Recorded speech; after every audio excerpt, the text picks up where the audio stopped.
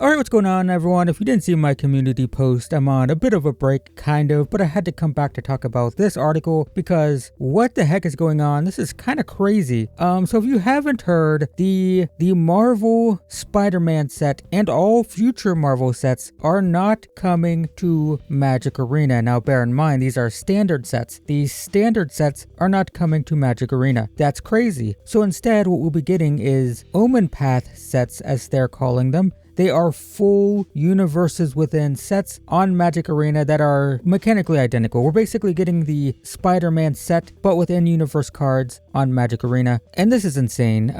If you don't know me, I don't like hyperbolic, melodramatic statements, especially on YouTube with the whole, every deck I play is the greatest deck that's ever existed. And this is the most insane news announcement ever. All of this sort of stuff kind of annoys me, but I've played this game for 23 years, coming up on 23 years. 23 years this year, and this is... it's the most insane thing I've ever seen. We're going to have a different standard set depending on what platform you play on. And this goes to Magic Online as well. Magic Online and Magic Arena will not have the Spider-Man set. Now, obviously, this is a rights issue. No doubt about it. Wizards of the Coast could not procure the rights to produce these cards digitally.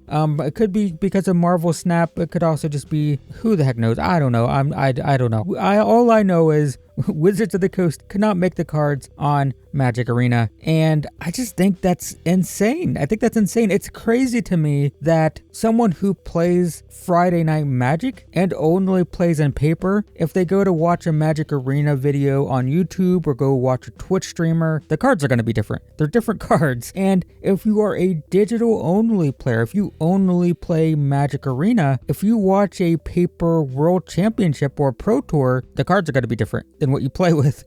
That's just weird. It's so weird, man. It's crazy. And it's crazy that this is happening all because Wizards of the Coast, the small indie billion-dollar company, wanted a little bit more money. And now the players have to deal with this, where you might not know what a card does when watching a World Championship because it's different than the one that you play with yourself. As someone who makes Magic Arena videos, a major problem that we had with Explorer is if I made an Explorer video, paper Pioneer players wouldn't be interested, right? If someone was they've never played Magic Arena, but they play Friday Night Magic Pioneer at their local game store, if I make an Explorer video and it showed up in their feed, they might not click it because, well, it's a different format, technically. That's why so many Magic Arena players, especially the non-rotating like Historic and Explorer players, were adamant, it's part of the reason why we were adamant that we wanted Pioneer on Arena. Not only did it make it more cohesive, but it also meant that,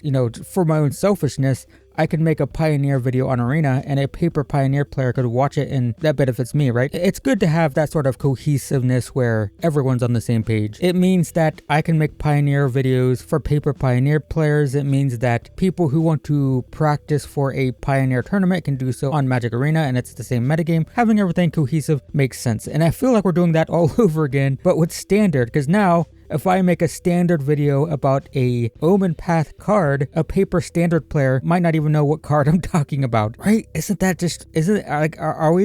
Can we all agree that that's weird? I know that with Universes Beyond, it's like politics, right? People have picked their side and they will fight to the death over it. They will contradict the same argument they made yesterday. Someone will make a very impassioned argument about something, and then a week later, when that no longer fits their political narrative, suddenly they'll argue for the exact opposite because that's how politics work. It's all pretty silly. And I know Universes Beyond is the same. The people who hate it are always going to hate it. The people who like it are always going to like it. But it's pretty crazy. I mean, it's pretty damn weird. So I know that Universes Beyond haters are going to hate everything no matter what. And I know Universes Beyond lovers are gonna love it no matter what, but regardless, surely we could come together and just acknowledge that having different cards representing the same mechanics on different platforms is insane. It's insane. And what's scary about this is the rights to print these cards is going to change depending on whether it's paper or digital. Let's take the Final Fantasy set. I don't know all the details of their contract, right?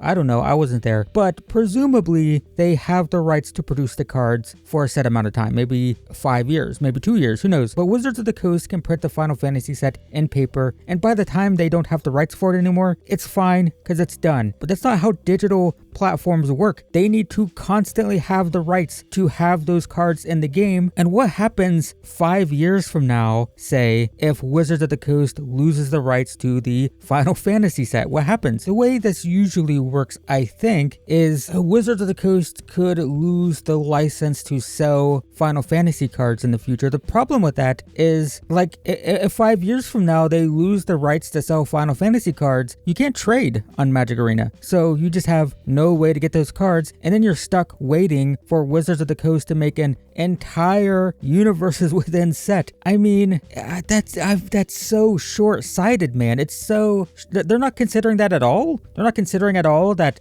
a few years from now, they might have to take Final Fantasy cards out of the store and players are just going to be locked out of them? What happens if it's a meta? What if there's a meta card? What if there's like a top tier best meta deck in Pioneer or Explorer built around a Final Fantasy card, and then you have to take them out of the store? Could you still craft them? I don't know. Like, it's so, like, just short-term profits, right? We know we can make money now and it'll probably cause problems later, but who cares? We don't have to worry about that. We'll just make our money now and we'll figure it out later. And I just think that's so dumb, man. It's so stupid.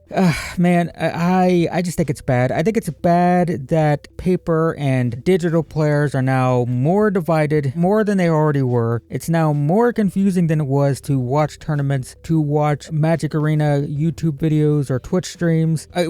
For me personally, I'm fine with this. I've been saying I don't want to play when the Spider-Man set releases, and now it's not going to. For me, this is amazing. This is everything I ever wanted. I've been saying I want to switch games when the Spider-Man set comes out. The Final Fantasy set I don't like. I don't like the Avatar set. I think it's all kind of cringe, but whatever. I was going to deal with it. It's still fantasy adjacent or close enough. I was looking at the Final Fantasy cards and the Cactar thing or whatever it is. It's so stupid. I get the reference. I've seen it in game. I've played games with that thing. But a lot of the cards, if you didn't know what the reference is, they just look like Magic the Gathering cards. They don't look out of place. But the Spider-Man set, I was like, Jesus Christ, I don't want to play Spider-Man in Magic. I don't want to play Final Fantasy and Avatar either, but Spider-Man, it's pretty bad. So the fact that we're not getting that now, awesome, great for me, 10 out of 10, but it's not good for my viewers, especially my tabletop viewers, because now I'm going to be making videos about cards that you might not recognize. Who knows how good the art's going to be, because I have no place to critique art, but some of the alchemy art some of it's good. I don't want to get too deep into this, but I've noticed that Wizards of the Coast, they seem to test artists by having them do alchemy art, and if they're good, they'll start getting main set art. I've seen that happen multiple times, and so yeah, we're gonna get an entire 300 card set with presumably alchemy art, and I expect the quality to be not as good. Maybe I should say this. Look, all I know is I hope we can all agree, regardless of whether you hate Universes Beyond or like it, that having literal different sets, I guess not literal, cosmetically different sets, depending on platform, it's silly. It's real goofy, man. And I know people like Universes Beyond and I know people hate it, but at the end of the day, it's making the play experience more awkward, more confusing. It's making the viewership more awkward and more confusing, just so Wizards of the Coast, the billion-dollar company, can make a little bit more money. Surely you can recognize that there are negative ramifications for Wizards of the Coast going ka-ching ka-ching, right? So I don't know, I wanted to talk about that. I'm gonna go back to stressing about everything falling apart around me. Hopefully this is a quick edit. I'm not gonna do too much with this, but that's it, guys. Just wanted to talk about it. I think this is really goofy. It's really weird. My God, but this is Magic now. Cool. All right. Thanks for watching. I'll see you guys in the next one.